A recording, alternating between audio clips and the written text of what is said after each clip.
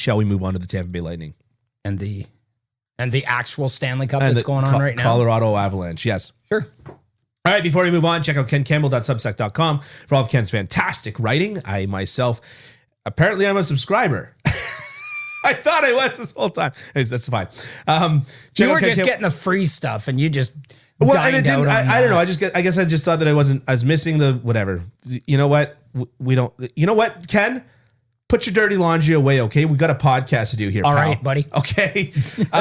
Also, check us out on Apple Podcasts. We have like 90% of our listens come from Canada, and we have one review from Canada.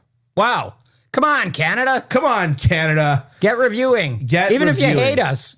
No, maybe not. No, maybe not. No, just, only if you like classic us. Ken Campbell took it one step too far. Maybe that's telling us something. Maybe you know what? Everyone hates us, and my mom used to always say Canadians are so polite that they don't want to say we hate you, so they don't say anything. We'll get 7 reviews that just say sorry. Yeah. 1 star, sorry. Yeah. Check us out on YouTube. Check out the Hockey Podcast Network on YouTube for full episodes, and then of course we release the clips on our own YouTube channel. I can't subscribe. Go ahead. Yeah. Leave a comment. All that good stuff. Yeah, I can't believe we suck. I really can't. Like, we're not the best. But I've heard lots of podcasts, and I think we're pretty good.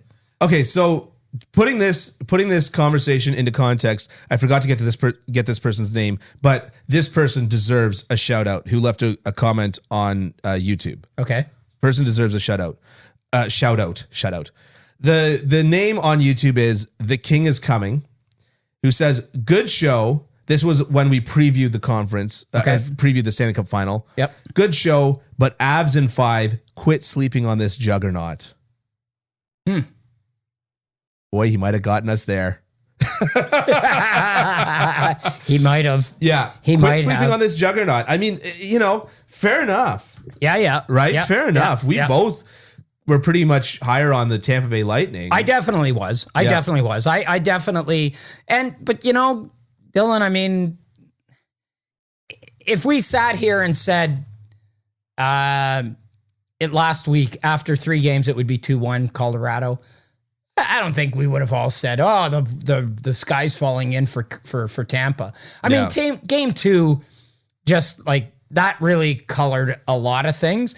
But as bad as Tampa was in game 2, Colorado was just as bad in game 3. You know what I mean? And I think what you're seeing here is, and I've been saying this forever, is that Colorado's goaltending just needs to be good. It doesn't need to be great. So bad, though. Just needs to be good. And here's what you see when it's not good. Yeah. Like and what we're seeing even more is, here's what happens when Colorado plays the way they played in game 3.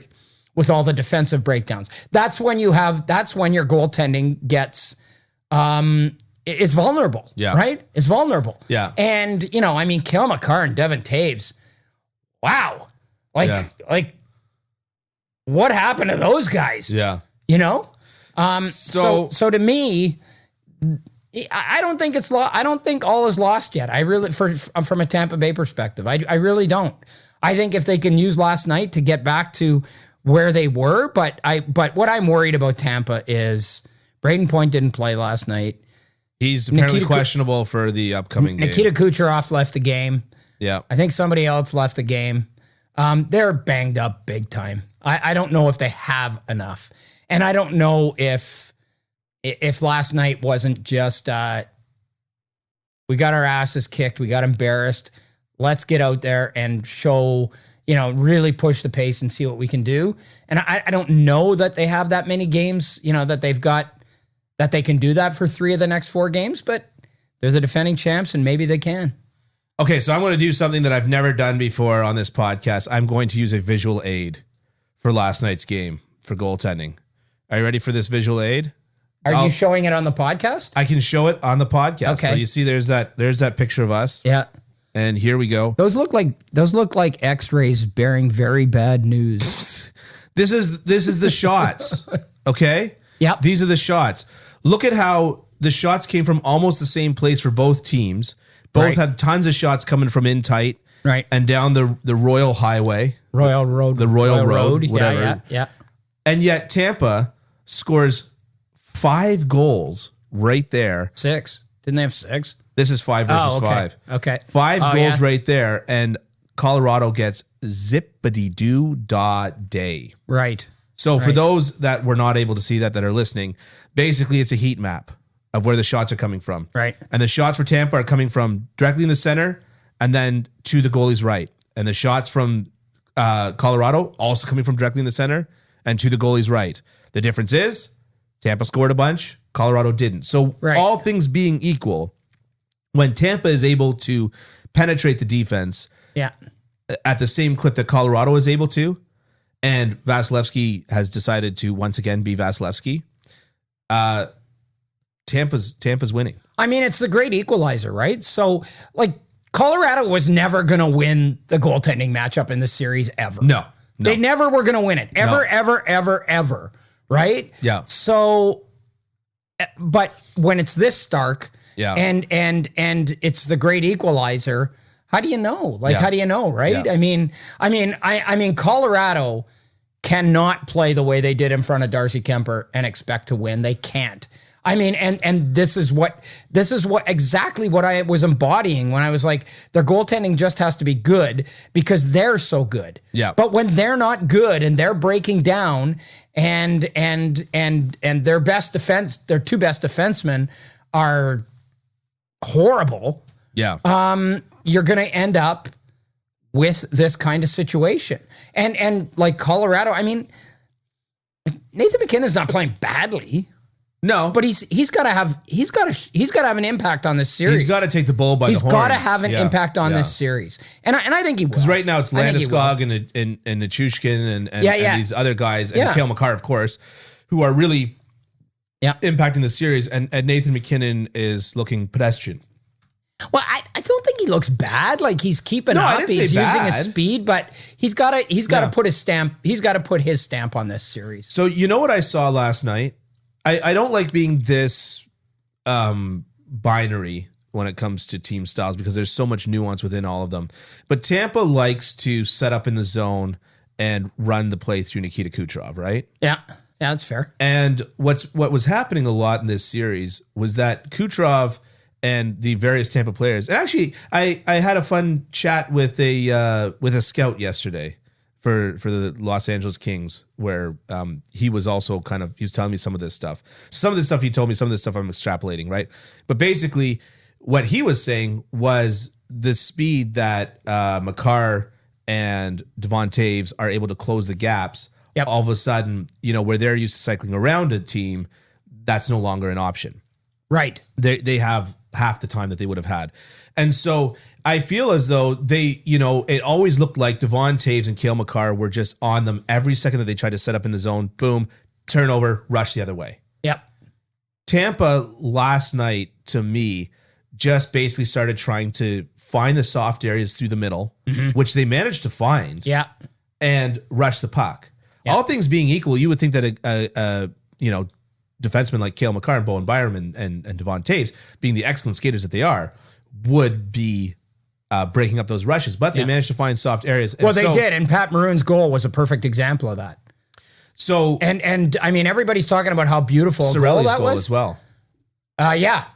And everybody's talking about what a great goal Pat Maroon scored, and it was really nice. But boy, that was bad goaltending. Yeah, like why don't you just stand behind the net if you're gonna do that? Like, holy cow. So I looked up a couple of the stats. Okay. Game 1 for the Tampa Bay Lightning at 5 versus 5. Hedman led the team in rush attempts. Okay. These are individual rush attempts, not team rush attempts. Yep. With 2.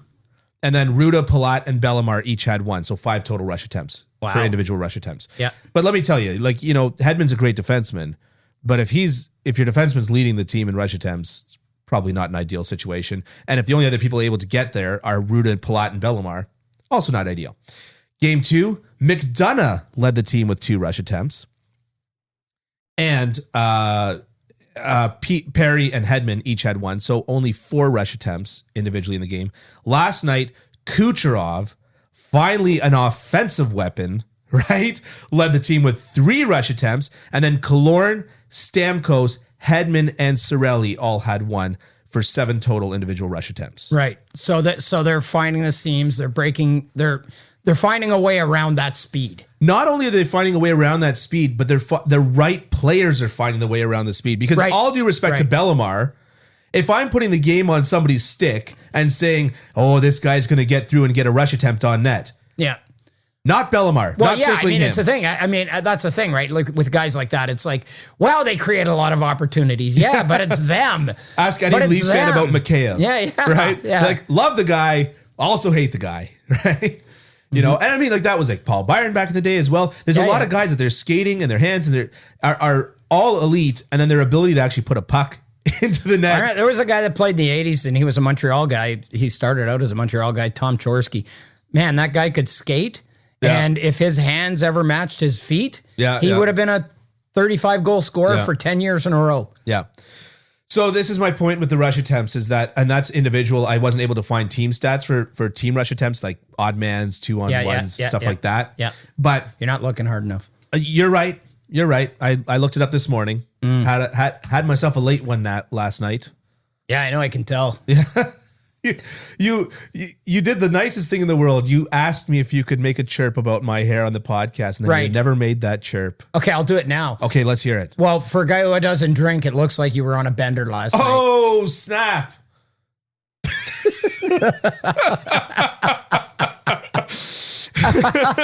And you burned. Boom, burned. Yeah. Boom, roasted. Oh, yeah, that's right. Boom, roasted. That's right. The Office, yeah. Ken's just saying it because he clearly got a haircut recently. Yeah, I did. And because he's not able to take pride and feel good about his own haircut, he has to put down other people's hair. No, that's just a general way that I am. Okay. I build myself up by tearing other people down. Well, that's just what I do. That's a one. Well, then I take back wishing you a happy Father's Day. Oh, thanks. Yeah. That sounds like the worst father trait you could possibly have. Oh yeah. I hate this family.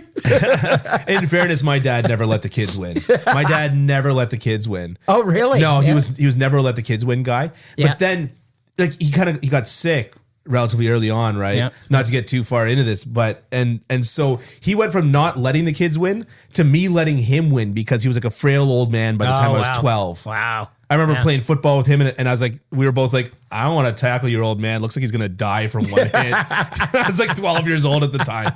Anyways, so like Speaking of frail old men, can Tampa come back in this series? So, and that's the $1 million question: is that those seams that they found last night, will they be able to find them again? Because I don't know if you figured this out by now, but Colorado's like, they're a pretty good team. They are. And you are allowed one I'm just thinking about this now. Like, this is the first stinker they've had in the entire playoffs.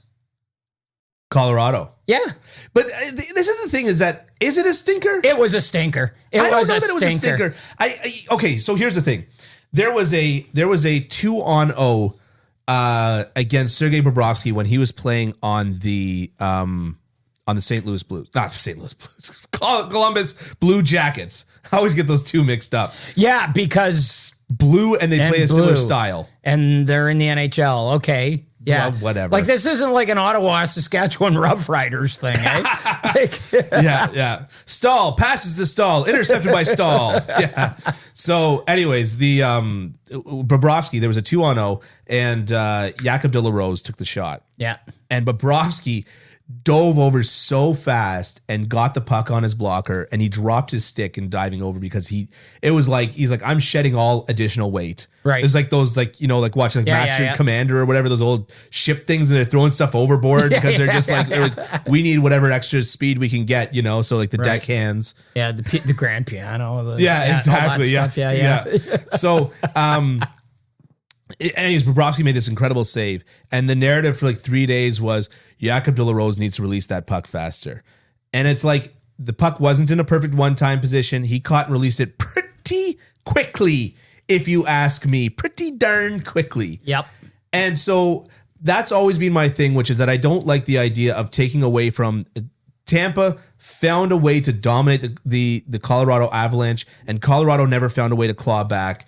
And so Yes, Colorado put up a stinker. Yes, they maybe should have found a way to claw back, but I do not take any marks away from Tampa for this. No. It's not like Colorado woke up that morning and said, you know what?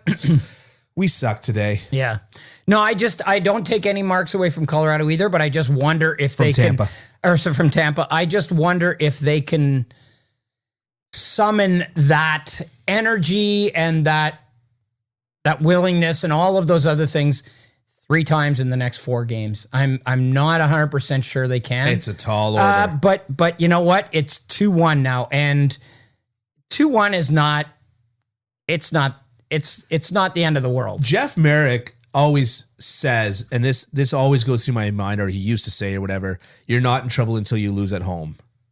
That's a really interesting. It is expression. because everybody thought Tampa was like, screw that, they're in trouble. Yeah. You know what I mean? When in reality, they lost game 1 in overtime and they sucked in game 2. Like, I mean, it happens, right? And everybody was like, no, forget about that. You're not in trouble until you lose at home. They're in trouble right now. I want to reiterate something that I said last week. And I very rarely fall in love with things that I say because there's just so little to love. Right. What I say. Right. But every once in a while I say something and I go, you know what? It almost sounded like somebody smart said that. Right. And I'm going to say it. The biggest trouble right now with Vasilevsky is that we are comparing him against Vasilevsky. That's the biggest trouble. If you think about every great goaltending performance over the last 20 years, every astounding, whether it's Hasek 20 years ago, whether it's Carey Price, whether it's Halak, whether it's Jonathan Quick, all of these guys, right, that put up stellar goaltending performances, always had 1 or 2 absolute stinker games and even got pulled normally once or twice. But he's had more than a couple in these playoffs. But what I'm saying is that we haven't seen him have more than 1 stinker game in 3 years. Right. So to turn around and say, oh, he's had like 3 stinker games, that's normal. And it's still a good playoff run. That's normal. Yep. So if you look at game 2 and he let in 7 goals, like, who cares? You can only lose a game once. Have that stinker come back, and he came back, and he was one of the goals I'd say was not my favorite that Vasilevsky let in, but he had himself a pretty good game. He made a lot of 10-bell saves. And if the other Nikushkin goal would have counted, the one that was offside, that wasn't a great goal either. No, I agree. That wouldn't have been a great goal either. But sometimes, as a goaltender, whether it hits the post or it was deemed offside or whatever the case is, when you know that you missed a shot and it doesn't result in a goal, sometimes that's a wake-up call as a goaltender. Well, and I wonder if that wasn't a huge turning point. Right. You know, I mean, you have a little luck and then you get a little good. You pick yourself up off the mat, you get a little bit of help, and then you get a second life, and away you go. So here's the thing that I'm thinking moving forward. I'm gonna make the most trite, most obvious statement ever, and I intend fully to be ridiculed for this. So don't worry if you do. Goaltending, the relationship between a goaltender and a team is the chicken and the egg. If a goaltender plays well, then the team has the confidence to play well. Yeah. Similarly, conversely, if the team scores a couple good goals, then the goalie feels good, feels like, oh yeah, that team's given me a chance to win, and now I will take over from here. Right? We have seen 2 games where neither played well. Right. And now we've seen a game where I think the team came out better and then the goaltender got on the same page. He got some energy from that for sure. He got some energy. Yeah. And I would also say there's also that situation where it's like if you're goaltending and is bad and it's consistently bad and you have no faith in it. Yeah. It's almost like, what are we doing? Doesn't matter. Yeah. Doesn't matter what we do. We're losing anyways because our goalie's not going to, our goalie's going to lose this game. Right. So I guess my point is that next game, I am curious if the Tampa Bay Lightning are to win the game. I am curious who leads that way. Who leads that? Yeah. Does Vasilevsky make 3-4 good saves in a row right at the beginning of the game, and then the team goes, "Oh yeah, we've got Vazzy back," and then plays well, or is it vice versa? Well, it seems to me that pretty quickly with Vasilevsky if he's on. Yeah. You know pretty quickly. Yeah. You know, either he lets in a couple of lousy ones early or he shuts it down and then it's like, forget it, right? Those two that he made off the toe of his the toe. Yeah. Holy jeez. I think it's really interesting to see what they're going to do at the other end, in the other crease. I don't think there's a goaltending controversy. I think Darcy Kemper will be their guy. I would start Francouz. Yeah, well, I don't think they're going to. I don't think they're going to either. Yeah. And this is, I get that I have the unique ability to make a statement like that with absolutely no repercussions whatsoever. Yeah. Yeah. To me, I'm not sure it matters that much. It just, like I said, they're never winning the goaltending matchup. Ever. So you go into the game knowing you're not going to win the goal. You're going to have the second best goalie in the game. Yeah. Almost certainly. Right? So, like, all they got to do is find the guy, like I said, that's going to be good. I mean, and this is, I think, what Tampa did very purposely. They made it a track meet. It was rush attempts going back and forth, and they said, we will take our goaltender, all things being equal, over your goaltender. We'll take the best goalie in the world. Yeah. Yep, for sure. Anything else you want to say before we get out of here? I don't think so. Memorial Cup started last night. It's the first time I've ever heard you speechless. Yep. I just said something though. No, I think we've pretty well, we'll do the draft and stuff like that in the next couple of weeks. Well, you know what? Like, there's so much great hockey to talk about still. We will talk about off-season content in the off-season. Exactly. Right? Yep. Thank you so much for sticking around to the end of this episode. Please check out kencampbell.substack.com. Give it a subscription. Check out Hockey Unfiltered on Apple Podcast. Please do leave us a review, a rating, always good stuff. Check us out on YouTube for clips. You can get the 10-minute little segments of this for the different things that we talk about. And of course, we will talk to you next week if we haven't pissed you off too much this week.